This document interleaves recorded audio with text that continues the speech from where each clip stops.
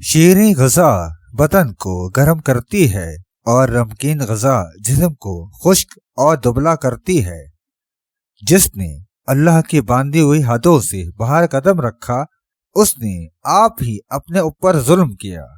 اللہ تعالیٰ کو یہی پہچاننے کی نشانی ہے کہ خلق سے بھاگے، اور ادنا بات جو عارف کو ضروری ہے وہ یہ ہے کہ مالک کو مال سے پرہیز کرے۔ گلدستہ تیرے کس کام کا، میری گلستان سے ایک ورق لے لے، پھول تو 5-7 روزہ رہے گا اور گلستان ہمیشہ سرسبز و تازہ رہے گا۔ 3 چیزیں سخت ترین ہے، جوانی میں مفلسی، سفر میں بیماری، تنگ دستی میں قرض۔ یقین کامل وہ ہے کہ جب تجھ پر کوئی مصیبت آئے تو حق تعالیٰ پر الزام نہ لگائے بلکہ صبر اور خوشی سے مصیبت کا سامنا کرے۔ بدن کا چراغ آنکھ ہے، بس اگر تیری آنکھ درست ہو تو سارا بدن روشن ہوگا، اور اگر تیری آنکھ خراب ہو تو سارا بدن تاریک ہوگا۔ جب بادشاہ کی صحبت میسر ہو تو اس کے ساتھ ایسا برتاؤ کرو جس طرح عاقل عورت بیوقوف شوہر کو راضی کرتی ہے۔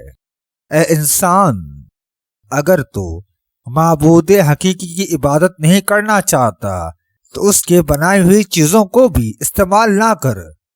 بے وقوفوں کی کوشش روایت پر تمام ہے اور عالم کی کوشش سمجھنے اور غور کرنے پر ہے۔ یاد رکھو، ہر شام سوچو کہ دن کے وقت تم بات منشائے عزتی کے خلاف تو نہیں ہوئی، اور سجدے میں گر کر اگلے دن کو بہتر بنانے میں گزارنے کی دعا مانگو۔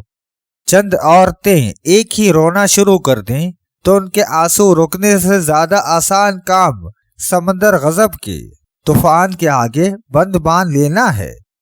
جو کوئی راست گوئی میں مشہور ہو گیا، اگر وہ مصلحت کی بنا پر کسی وقت جھوٹ بھی بولے تو سچ سمجھا جاتا ہے، برخلاف جھوٹے کی اگر سچ بولے تو جھوٹ خیال کیا جائے گا۔ بخیل خواہ دولت مند ہو مگر اسے ذلت حاصل ہوگی، سخی خواہ مفلس ہو مگر اس کی عزت ہی ہوگی۔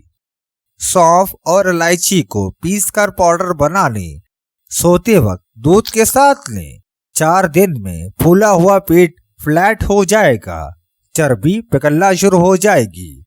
یاد رہے، بچے کتوں کی مانند بہت تیز قوت مشاہدہ کے مالک ہوتے ہیں اور ہر چیز کا کھوج لگا لیتے ہیں، خصوصاً بری چیزوں پر ان کی نگاہ سب سے پہلے جا پڑتی ہے۔